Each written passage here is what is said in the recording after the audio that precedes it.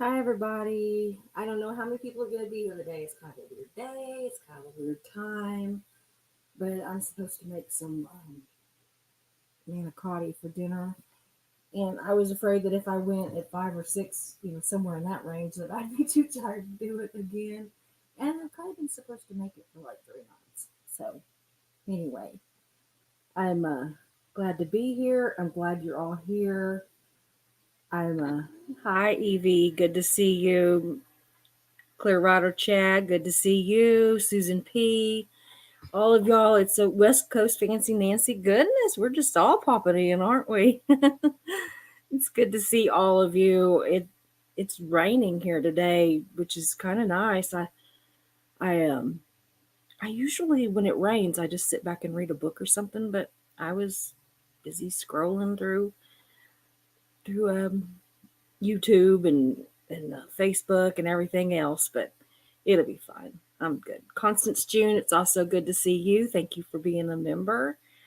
I'm going to go ahead and kind of get started because I kind of might be a little long-winded. It's not really a long deal I'm going to talk about, but you know how I get.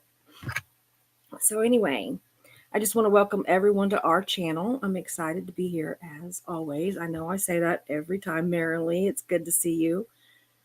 Selena, that's the one I could not get last time. She's from Illinois.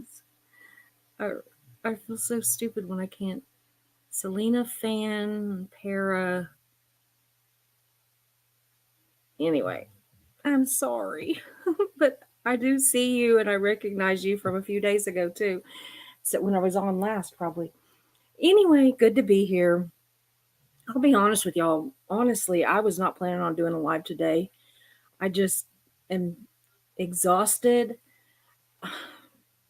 Y'all, it's been, literally, I have been, Alan, hello. I'm so glad to see you. And you're in the States. Oh my God. Will you please give Hef a hug for me? Just for me. A great big hug and a big old kiss on the cheek from me. I love you both so much. I truly do. But anyway, it's been a year and almost a year and a half now that I've been doing very, very strong chemo and I'm exhausted. Thank you, Alan. Thank you. So, hi, Coffee Cults and Crafts, Marilyn. So good to see you. This is going to be one of those, it's not really, I'm not going to be like, I'm not spicy today, y'all. I'm a little spicy, but hey, Hef, there you are. Oh my God, I'm so happy to see you guys, and I'm so jealous that you're with Marilyn. Anyway, it's good to see all of you, but I'm just really, y'all, I'm really just excited that Hef and Alan are together, right? Oh my God. So, anyway, I'm just tired. So, if it takes me a little while to, you know, get with the program, I really do apologize. But, y'all, I'm also slightly spicy. I'm exhausted, y'all, by the people that are supposed to be fighting the same fight alongside each other, thinking that only they or their little group are the ones that are fighting it correctly or doing the real work, right? So, okay, so many of you guys will maybe already know, some of you don't. I was like scrolling, you know, and you know how they have those little deals that show a little portion of what people put on their community page. So, anyway, I saw Nora's, who I love. I'm not mad at Nora in any no way, shape, or form. Anyway, so I saw her community post where she was asking for us to help enry, whatever his name is. I can never get it right. Enry. Y'all, either she's unaware of him calling her Aaron, Jenna, Serge, Michael, and Natalie grifters and using the victim card because they were in Scientology on his previous, just a couple days ago, community page thing, or she's a far better human than I will ever, ever, ever be to actually ask for us to help him after he did that. Anyway, I don't know. I stopped and commented, which I shouldn't have. And it kind of, the little man was not pleased. So there was that. But although I considered y'all doing a live about why little weasel I think he is, and his little cast of characters, right? All those little professional protester buddies of his that claim no one but them do a damn thing, or if we do, we're wrong. So anyway, yeah, okay, I'm trying not to be spicy, but I decided, I even wrote it up, y'all. I wrote it up twice. The version where I told everything that I thought, and then the version where I edited out 90% of what I thought. West Coast Fancy Nancy, it's enry. I don't know. His is like, somebody can put up his link if you've got it. It's fine. So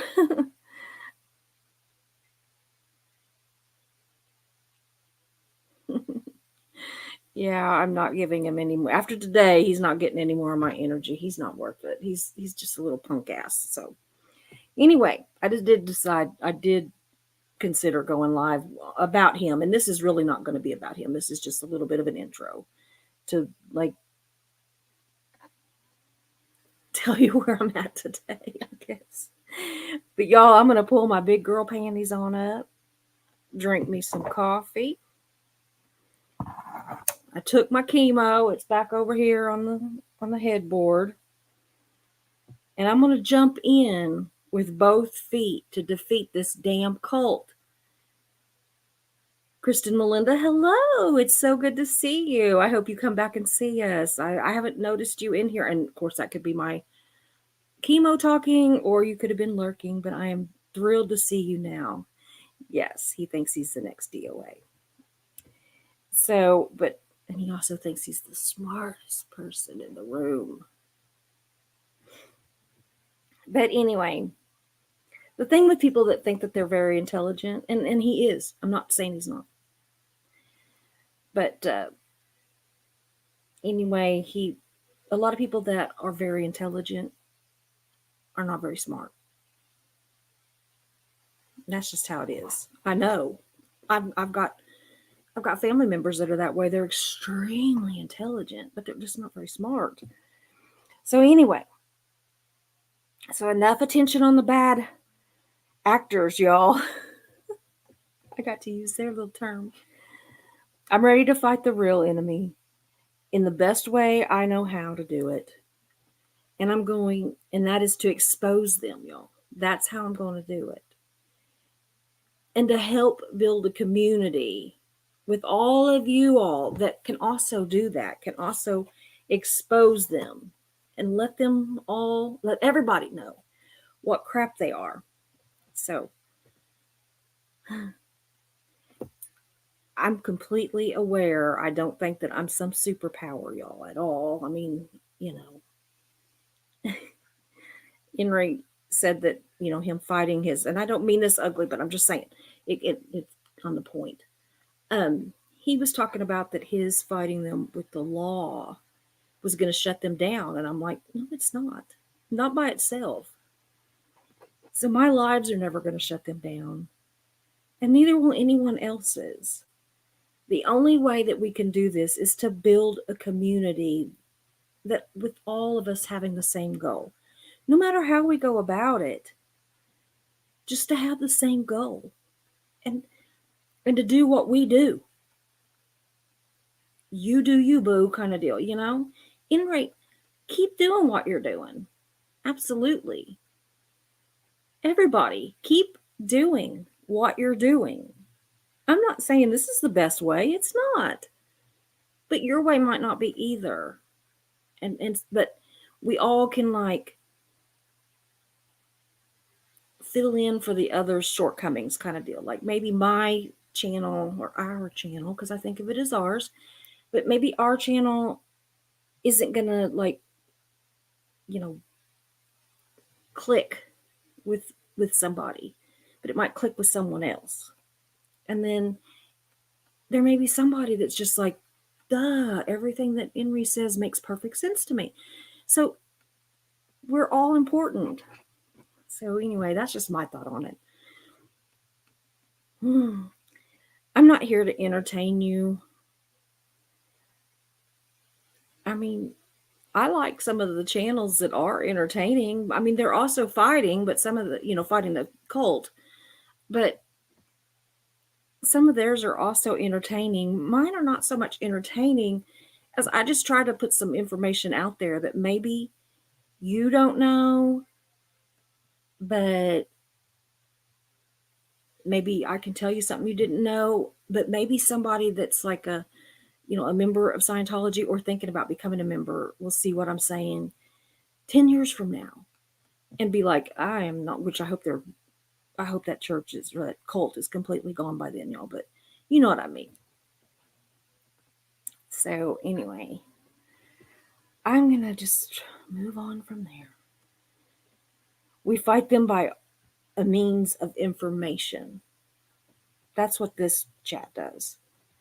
And they can't handle that. They can't defend themselves against it. They can't defend themselves against the truth.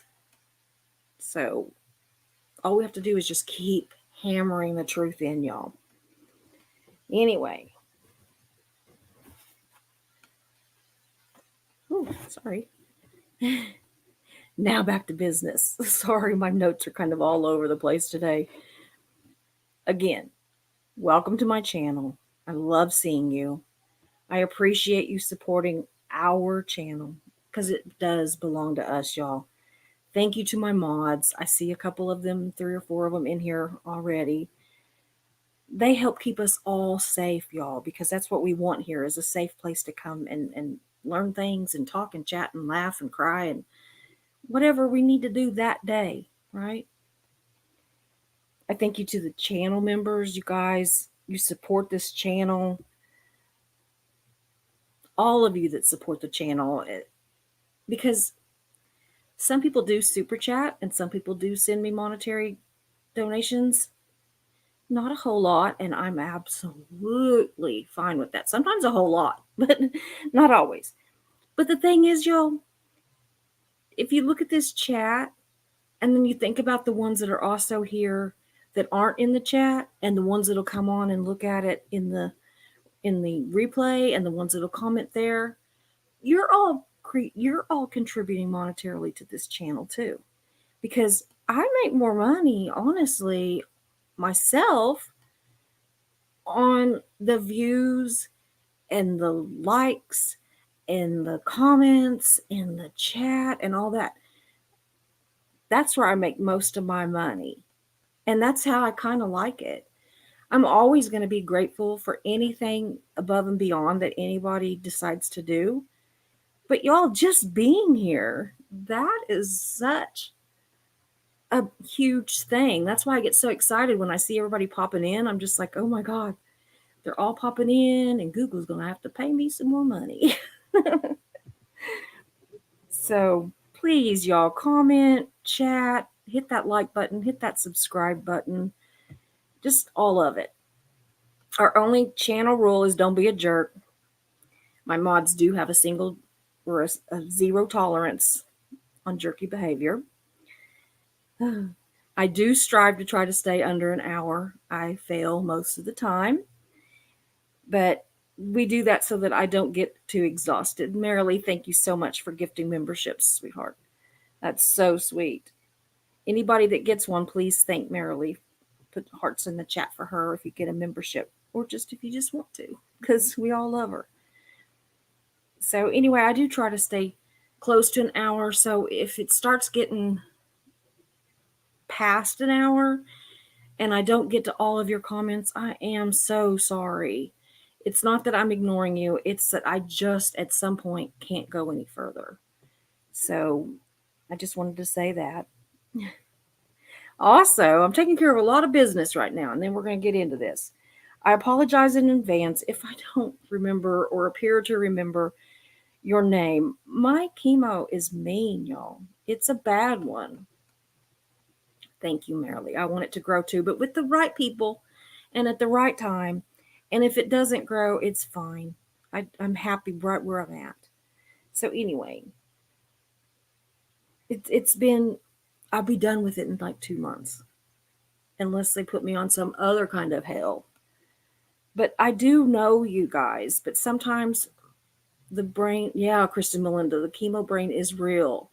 It's real. And sometimes I will like see myself like say, like, or I'll hear myself say that on here, but when I watch the replay, because I'll watch the replay sometime and see how it went, um, I'll say like, I don't recognize your name. And then like the next day or something, I'll watch it and I'll think, you know who that is. I mean, even if they haven't been in here, I've seen them somewhere else. So, guys, sometimes the information just doesn't make it to the brain. So, anyway, that's what I've got to say about that today. So, let's go fight this damn cult with some information and some facts. And let's just dig in and do it, right?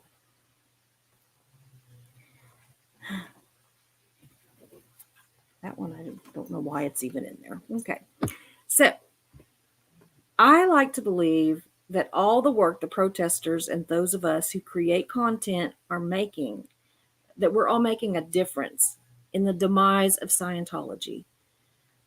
I can't accept that we're not. I can't accept that we're not making some kind of a difference. I think we are. And I think that we see that, maybe not daily, but I think that in the grand scheme of things, we do see it.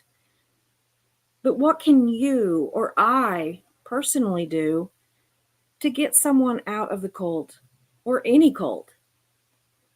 Well, first of all, don't do as I just did and call it a cult, because they don't think they're in a cult and they don't want to hear they're in a cult. And if you lead with the word cult, a lot of times they are going to shut down. So that's just, you know, I'm really bad to call it a cult, and I try to make myself call it the church, but it is so hard. Oh, it's so hard. Nissa, good to see you. Oh, I wish you a speedy recovery. My hugs to you in spirit. Thank you so much. Thank you so much. But anyway, so we need to not like scream cult at them, basically. Or when you're talking to somebody that you know that you're trying to prevent them from going in, just, let's not use the word cult, which goes against everything in me, but I'm going to try, y'all. I'm going to try. So, in general, people leave high demand groups for many, many different reasons. And those reasons depend on the context of each situation. Personal, like personal characteristics of the cult or church, or the nature of the group and how it might change. If it changes from what they, believed in and thought that they, joined up for, then that might cause them to leave with any luck. So I just missed something. Okay. Ugh. I'm sorry. I told you guys I'm just not with it. Okay. Yeah. Okay. The connection that we have or the conversations that we have with one person might not connect with the next person. And so that's why it's so great that there's so many of us, because something I say might not connect with them, but something that Marilee says, or Hef says, or Susan says, or Mischief Managed, she bang them over the head with a club if she has to. Drag them out of there, y'all. But the thing is that we do need all of us. We need all of our points of view, and we need to go at it calmly. I really, truly believe that from everything I read and all the research that I did over the last 2 days about this. So, anyway, some people are very gradual, y'all, about leaving a high control group. See what I did there? Or a classic cult like group. Anyway, those groups encourage isolation from friends, family, and even outside employment, which is just crazy. But if someone remains, if they're in this group and they remain even a little bit connected to the outside world, even at a distance, even if it's only Christmas, sometimes you can have chances, to say little things, not demeaning. If it's someone that you know, just consistently seeing you, hearing your consistent voice, and not a belittling voice, just hearing you say, hey, I'm here for you, I care about you, you know that can sometimes just mean an awful lot to somebody. And even the protesters that are out there every day, right? If these church members, if they see you out there every day and you're not treating them like that they're some kind of idiot or the enemy, that might make some kind of an impression on them, and they might actually hear you. They might actually read that chalk art. They might actually look at those flyers. That's what we do. We have to be consistent. And especially, I think, especially the actual protesters, I think the ones that go about it, and then I don't mean that they got to be there every day, but I just mean consistency, and consistency with how they act and react. Like Carrie Ann, she's the same. She doesn't go at them like they're the enemy. She's kind, she's there, and I think that people are seeing her. I think that those church members are seeing her. There's a lot of you that do that. I really believe that. But the more that they see you and hear you, the more likely they are to take what you have to say to heart. And there are specific things that you can ask them, even if you ask them every single time you see them. I mean, don't be hateful about it. But like the protesters, I always think about what I think about on this one, because it says here, example of things that you can say. Why can't you read anything you want? What is this group doing for you? Why can't you talk to anyone outside your church? But I was thinking about where it said, why can't you read anything you want? And I think that's huge. I really do. I really think that that's huge. I think that, what is the group doing for you? It's huge. Those are all little short sentences that we can say, and that, we could say in kindness. If you're talking to your sister who's trying to, thinking about joining this cult, you can be like, why won't they let you read whatever you want? Why are they limiting what you can read? Or you can say, somebody that's already in, what are they doing for you? I know what you're doing for them, but what are they doing for you? And I think that if we come at it from a place of, not insulting their intelligence and kindness, that it might win some over. And I see that happening a lot, a whole lot.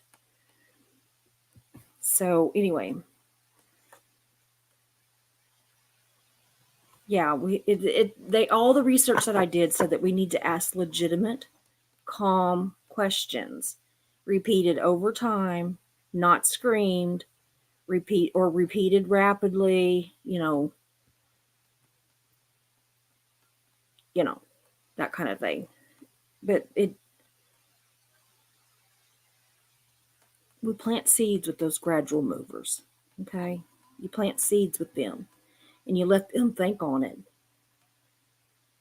Let them God forbid, the church tries to take away their critical thinking. But if we can like give them little things that when they're laying in that damn bunk or wherever at night, that they might hear it and think, why can't I read whatever I want? Why can't I talk to somebody outside of my church? That kind of thing. I don't know. Just my thought. And apparently the thought of a lot of people a whole lot smarter than me, but it made total sense to me when I was doing the research. But then there's also those that make sudden moves, or at least much faster choices. Usually it's because something happens that they're just like, I gotta get the hell out of here. Like the group crosses some kind of ethical line, or the leaders or the teachers of it are behaving in some kind of way that is just unacceptable. But often, what's really cool, y'all, is that a lot of times when it's a group, or when it's a quick exit, a lot of times it's a group. Like the church makes some kind of weird change that, they start doing in their doctrine. And a whole group of people will just decide, no, this is not for me anymore. This happens with like mainstream churches all the time. You hear about churches that divide all the time. It's the same theory with like a high control group. It's just that they generally have to escape, where churches that divide just divide and meet somewhere else. And, there's not an escape. But with those high control groups, it certainly is.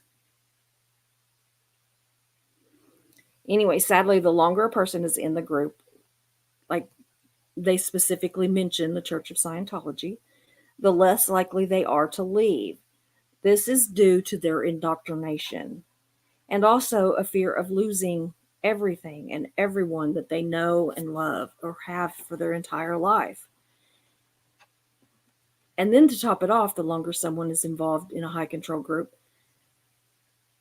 the more they are likely to not only be a victim of the group's activities, but also a perpetrator. Because the more indoctrinated you get, the more that you think that what they're doing is okay, or you like excuse it. And before you know, you're involved, right? Whenever I thought of this, I thought of somebody like Mike Render. And I don't mean to be like, I'm not dragging him here. I'm not at all. He clearly, y'all, caused a lot of trauma and damage to some of the members, to a lot of our second gens that just, he did horrible things or perpetuated them, But he actually was also a victim of the Church of Scientology.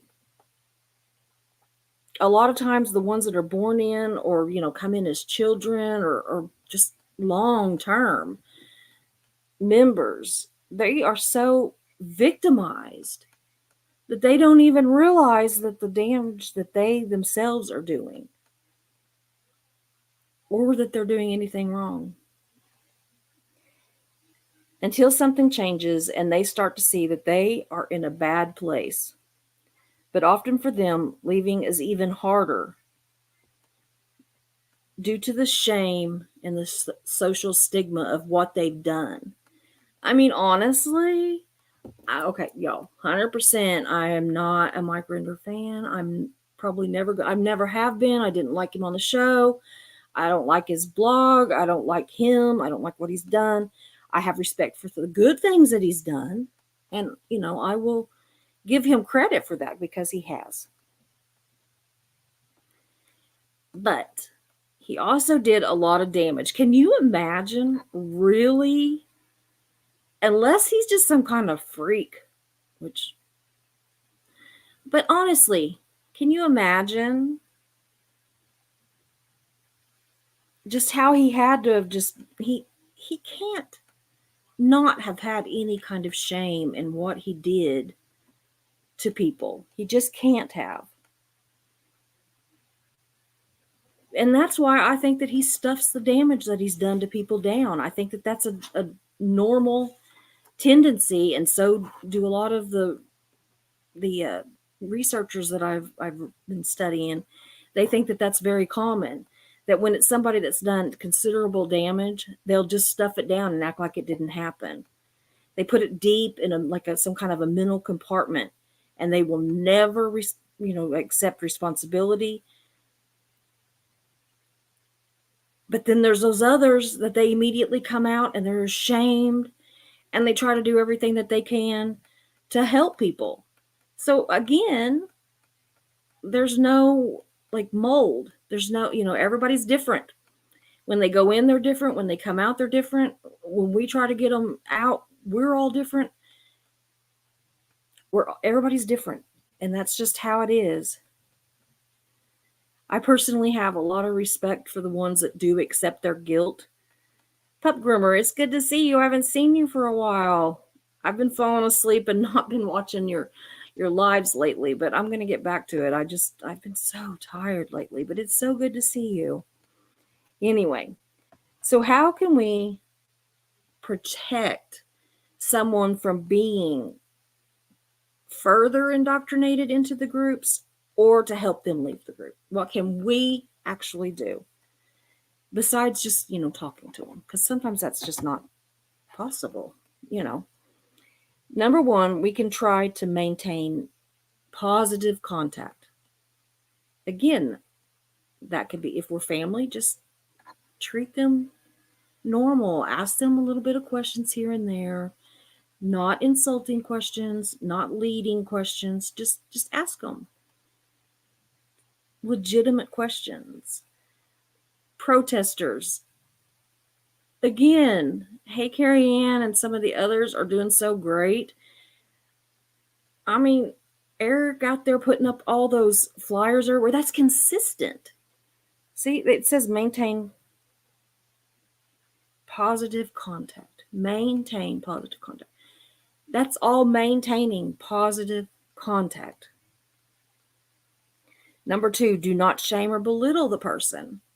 I've just never understood why some people scream at them. I mean, I hate the upper, people. I cannot stand Miscavige and some of them. But those people that you see, the Sea Org members and stuff that we see, because we don't see those other people. You don't see Miscavige. If Renter was in there, you wouldn't see him. You wouldn't see all that group. We see the lowly little members or the public people that are just coming in to do their thing, and it doesn't make sense to me to scream at them. I can understand having to raise your voice to be heard. But they're not the enemy. They're who we're supposed to be protecting. It's who we're supposed to be getting out of there. And if they think that we're just as crazy as the people in there, they're going to stay with the devil they know and not come out to the devil they don't know, because it's scary. Number three, do your research and know some facts so that whenever you do come in contact with Sea Org members or whatever, publics or whatever, that you will, have some facts that you can ask them about. Or if they spew some to you, you can say, well, actually, blah, blah, blah. Don't belittle them, but know your facts. Know where they can get help.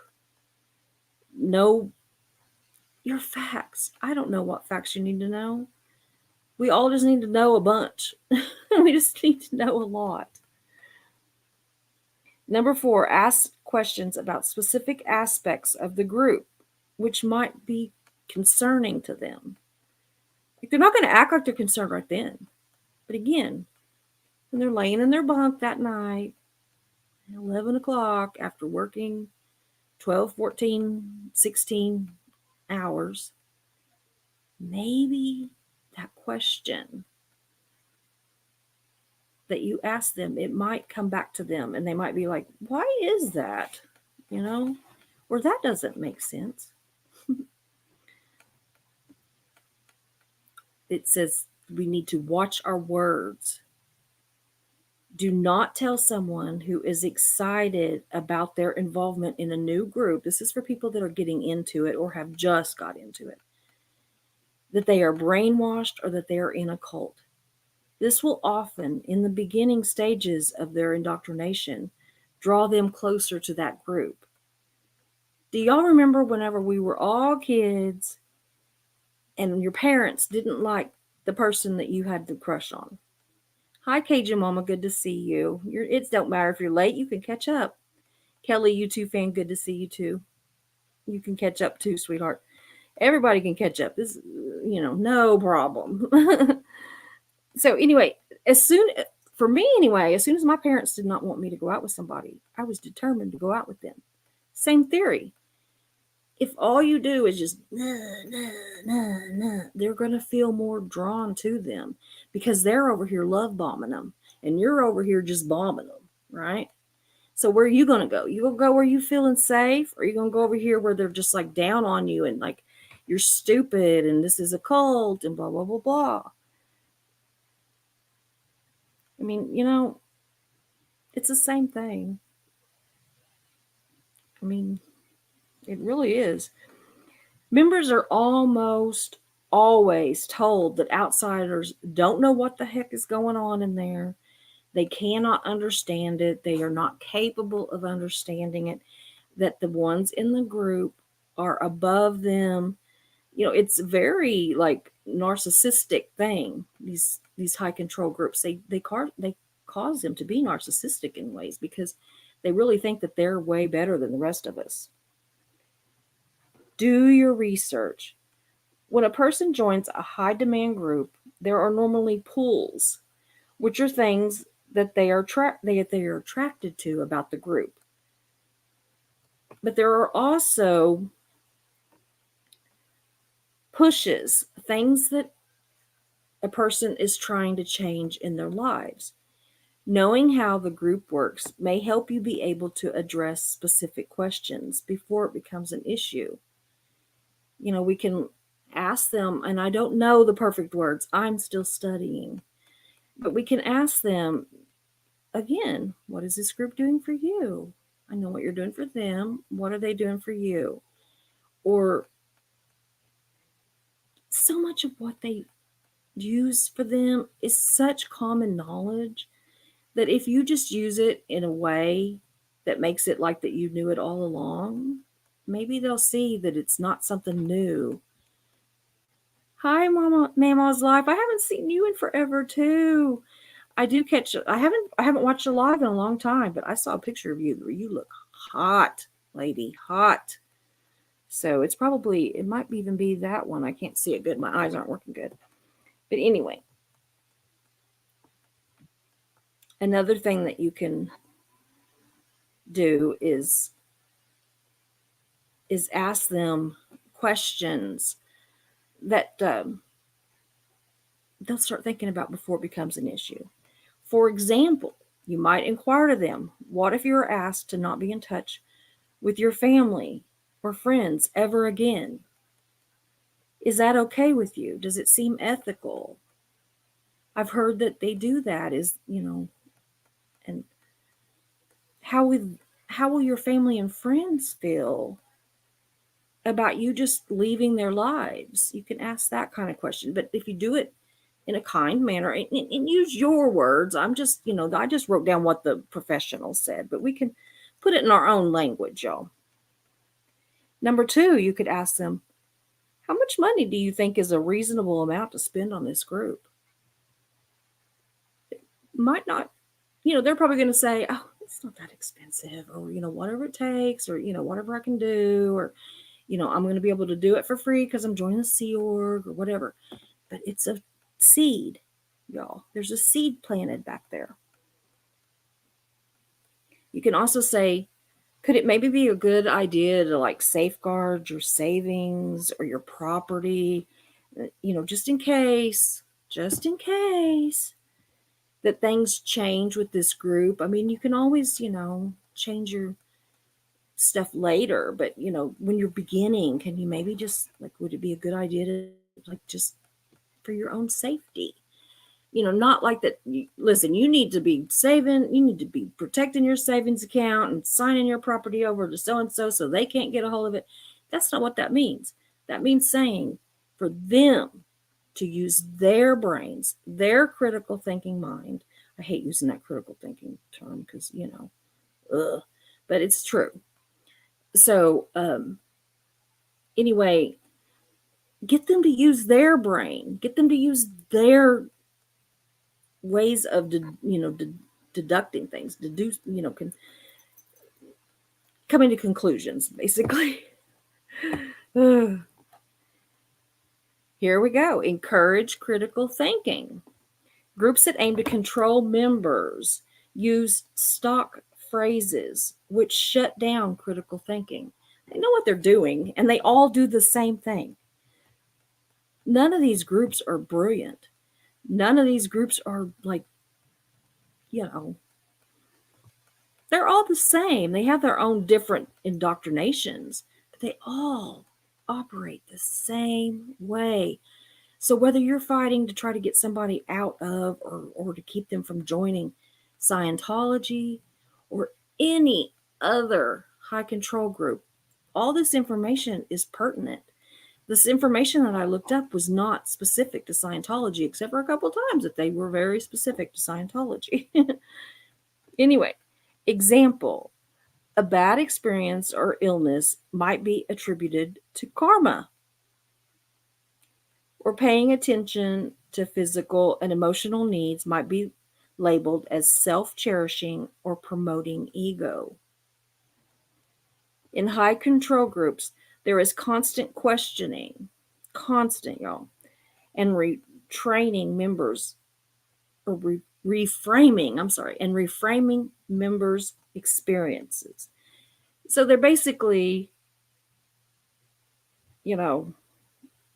that's not what you really saw, this is what it really was, kind of deal. Example, questioning the decision of an authority figure might be called demonstrating a lack of faith. Or it could, they could give you an order to meditate on your negative mind. Whatever it is, it's called gaslighting, y'all. It's as simple as that. And it's called gaslighting, where you are encouraged to not trust your memory, your thoughts, and it can cause you crazy trauma, y'all. Especially when you're trying to change your life and they are like changing your views on everything.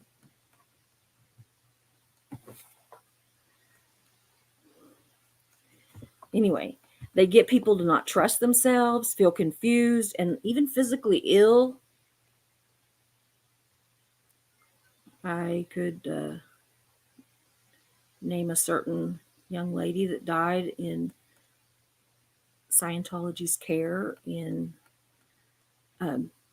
Florida, and she was physically ill over it. And you doubt your sanity. She doubted her sanity. She was confused. All of that. And I think that it's from their gaslighting. Asking the questions that we've mentioned may help people think more critically before, or if they're already in, as the issues come up, and help them maintain their own internal moral compass. Hi, Mandy. Good to see you. So, again, go with kindness, because if we just start screaming at them, they're going to shut down. They're not going to listen to us. So anyway, if they are entrenched with the group, it's still worth trying to keep an open door. Even minimal contact, such as birthdays or Christmas or just meeting for lunch, whatever. It can help people. You can help them remember that there's a friendly face outside, that people outside do care, because they're being told that we don't, that we're evil, that, we don't understand them, that we judge them and all these things. And we just have to show them that we're not evil. We do care about them and we don't judge them. If we judge anybody, it might be Miscavige and that whole upper layer. A study that I read on it said that the the people that did eventually leave the group said that having close friends or family bonds on the outside did make it a lot more easy, made it more simple. So then, quickly, I'm almost done, y'all. I want to talk about life afterwards. Experiences after leaving these groups are complex and diverse. Some physically actually distance themselves from a group, but they maintain some aspects, right, or practices of the group for long periods of time after leaving the groups. One example is the Free Zone Scientology movement, made up of people who practice L. Ron Hubbard's techniques, or what do they call it? Techs. I guess that's techniques, but techs is what they call it, outside the structures of the church. So, yeah, a lot of people leave the actual church, and a lot of times in Scientology's case, it's because um, they don't like Miscavige. They, I don't know what I'm doing.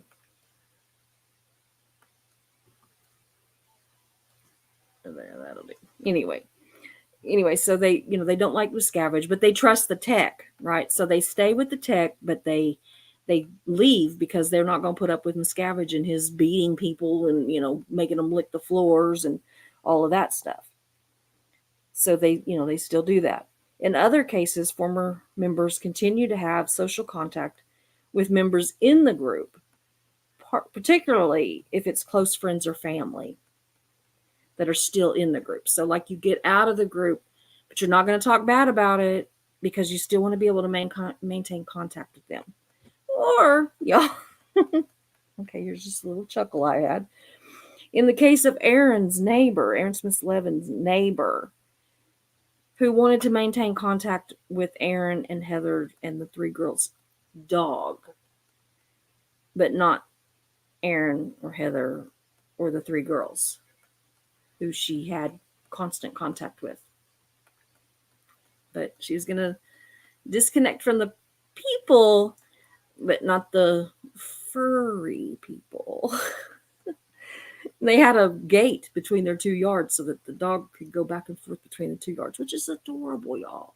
But the fact that she really wanted to disconnect and did from the entire family, but didn't want to disconnect from the dog is just bizarre to me.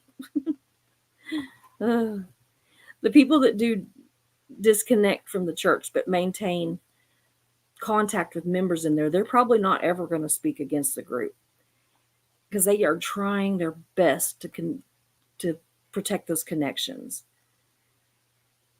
But they often do, more often than not, do move far away from the teachings of the group. They just kind of keep their mouth shut, right? Reestablishing social and financial footing after leaving a high demand group is not easy. It takes extensive emotional effort to create new social and economical ties. Can you imagine? When they walk out of there, whether they're a public, whether they've worked for the church, whether they were Sea Org, I don't care what they were, when they walk out of there, they're going to walk out of everything. They're going to leave their job behind. They're going to leave their doctors behind. They're going to leave their friends behind. They're lucky if they get to maintain some contact with some family. But that's not even very often. And even if they do for a little bit, it usually doesn't last. And a lot of people end up going back because they don't want to lose contact with their family. And that's really sad. So anyway, providing assistance and finding a place to live, a job, or educational qualifications. What do they need? What do they need to do? They need to get their GED? Do they need to do this? You can be of great help to people by helping them do some of those things. Maybe you've got a room they could stay in until the apartment that they're renting is open. Maybe you know of a place that's hiring entry-level people or people that have their skill sets. Maybe you know how to go about getting their GED or their driver's license or maybe you have some kind of information and you can help them with that. It's huge. But it is best, y'all, to assist, not do it for them. They've just come out of a high control group that's done everything for them. Or I mean, all the thinking. They didn't do shit for them, but they did all the thinking. So anyway, she, doing these things with them, helping them do these things, but don't do them for them, because they need to learn how to operate in this world, and they need to know that they can. That's what's huge, is they need to know that they can. They're not stupid. Maybe they didn't have the best education, but they got an education. Just maybe not in, what we consider an education. Another thing that really can help is for them to be around people that are either in their same situation or have been in their situation. That can be really helpful. Very, very helpful. So when I was doing all this research, and believe me, I did it for like 2 days, about 6 hours a day for 2 days. And when I was doing it, what I saw just basically kept saying that whether you're dealing with a person you know or someone that you don't know, like if you're a protester or something, or you just run into somebody on the street, or somebody comes up to you and tries to recruit you, because there's 101 different ways that you can come in contact with a Scientologist. But anyway, the best way is to be respectable. Don't yell at them. Don't call them names. Again, you may have to raise your voice to be heard, but don't come at them from a place of anger and insults. Even if you want to say that they're in a cult, you can say, that's a cult. Do you know that's a cult? Do you realize that's a cult? They're lying to you. They're not a church. They're a cult. But don't be like, you're in a cult, blah, blah, blah. You're an idiot. What do you know? You're in a, you're a, guys. But that said, different strokes for different folks, right? We're all different and we all have different situations. If it were me, I'd lead with kindness. But that doesn't mean that my way is the only way. And maybe being loud and boisterous might click with somebody. I don't know. All I can tell you is all studies that I saw said that leading with kindness and respect was better than leading with screams and insults. I hope that we just all think about the fact that these members of these high control groups are victims of the leader. The leader is the enemy. The rest of them, even if they're not innocent, like your Mike Renders and that whole, there's a bunch of them. I'm not going to sit here and, go through it all. But even if you're not innocent like them, they too are victims, and they too need our help. So anyway, that's what I have to say today. And now I'm going to pop in with my chat and see. I've been kind of keeping an eye on it a little bit, because I knew that we weren't going to have very many mods, and I was really kind of expecting that a couple people might pop in. But those people that like to leave those rude comments like to do it in the comment section where nobody's there. So anyway, I think I led off with Coffee Cults and Crafts is here. Inappropriate Hef, Marilee. Aw, thanks, Marilyn. She says that I can come to the holler anytime. I want to. I certainly want to. Yes. Oh, Hef, we are so freaking happy. Oh, my gosh. You're going to make me cry again. You made me cry earlier. And so, happy tears, but I did.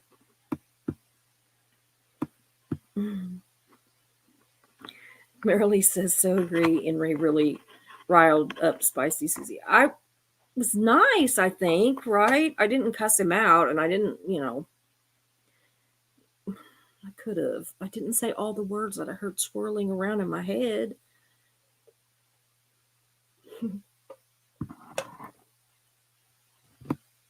Okay, let's see here.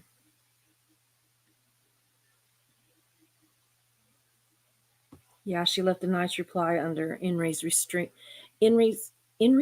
last night, and he went off on her. I'm not giving him any more of my energy. Me either. I honestly said, all I said that stirred him up was for people to go read his community post where he called Nora and several of the second gens grifters and said that they play the victim card before you donate to him, and that I wouldn't be donating to him anymore.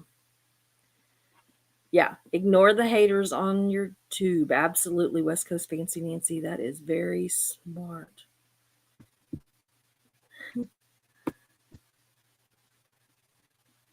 Yeah, he thinks he's the next. There's his link. Mischief Managed. Thank you. I'm not, telling you to go watch him, but you can certainly go. I mean, if you want, you can. I don't care. But you're not in a cult. But go look at his community post and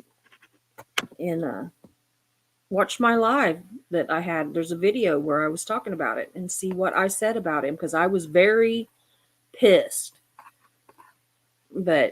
And I think that's probably the only video of mine he's ever watched, and I've watched probably 98% of his. So no more though. Oh, Krista Melinda's thrilled to be here. We're thrilled to see you. Okay. Yeah, the infighting is useless. Absolutely, West Coast Fancy Nancy. It's ridiculous. Absolutely.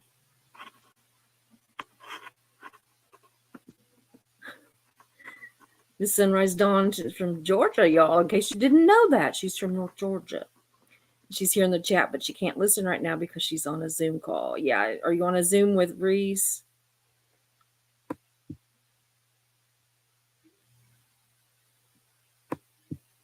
I forgot that Reese was doing a Zoom call.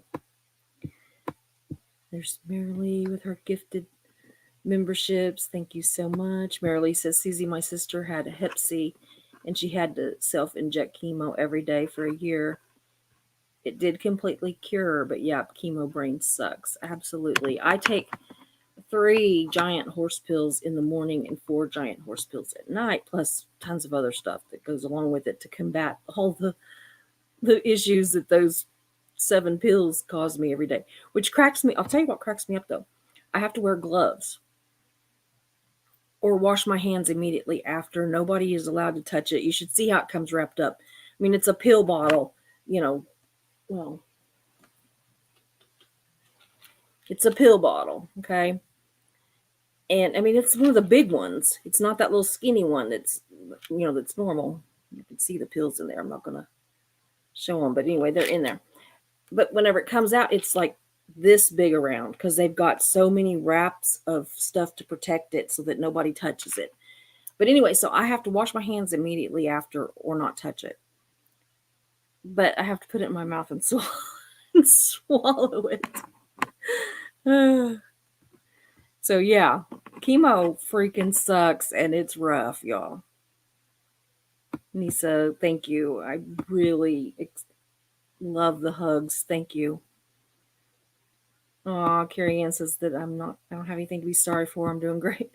I'm a little off today, but it's that first week of when I go back on my 2 weeks. Ugh, it's a mess. The first few days after I start my chemo back up is really rough. And so I'm in that. I'm on the end of it. It'll start getting a little bit better before it gets way worse towards the end. So go figure. Words can go a long way. West Coast Fancy Nancy, absolutely. Pippi Longstocking, good to see you. Sending all the love, Susie. Oh, thank you. Carrie Ann says Stephen Hesson talks about the real personality and the cult personality, and to remember that the person is in there because They were vulnerable and have been taken advantage of. Absolutely. That does not make them an enemy. That makes them a victim. And I think that we need to be kind to them. And you always are. I don't ever see you do anything. I mean, other than you are kind of a badass when you roll up there with that cell phone. I'll tell you. Like, I might be scared too. You big vicious woman, you. Big old meanie. Yes, that's what you are, is a big old meanie rolling up on them and filming the outside of their building. Kristen Melinda, I fell asleep to your live stream last night. She's telling Pup Groomer, you have a suit. Doesn't she, though? I am very soothed by her voice. And I'm especially soothed by when she's grooming the dogs. Watching her groom them, I don't know what it is. It's very soothing to me. So, I don't know. So I especially like the ones where she's doing that. And she's not doing it on all of them, but, lots of people coming in. Miss Mandy McGee, or Mix Mandy McGee says, I just think we all need to give grace. We are all humans and we are messy. Let's do a virtual hugs. Absolutely. That's what I'm saying. Lead with love. See, there we go, Miss. It says it's me, but it's actually Mischief Managed telling me that I was 45 minutes in. That was about 16 minutes ago. Cajun Mama, he is, isn't he? Miscavige is absolutely a sociopath, I think. Ugh. Yeah, she didn't. Mischief says that she didn't disconnect from the dog because the dog wouldn't understand.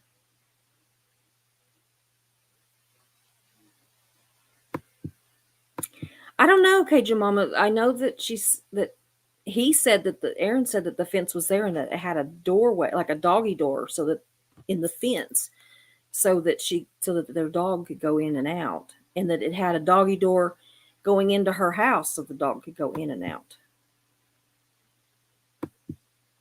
But I'm sure Scientology made her close that off. So I think that we're both right. We're just, coming at it from different angles. So,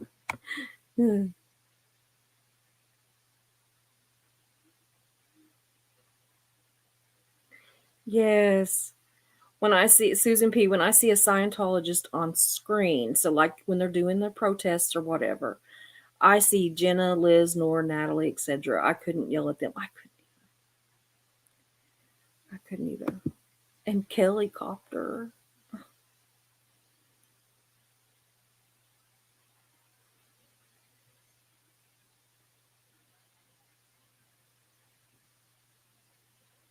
Oh, Mischief managed to put up a deal to my oh, hi Lisa Kelson. She put up a deal to my live where I was talking about enry too. So there's a link to that. And Lisa Kelson's here. I'm way late. I'm going to rewind and start over. Love you all so much as usual. Susie, you look beautiful. Thank you. I look tired today, but thank you. Sending you constant prayers and love. Thank you so much.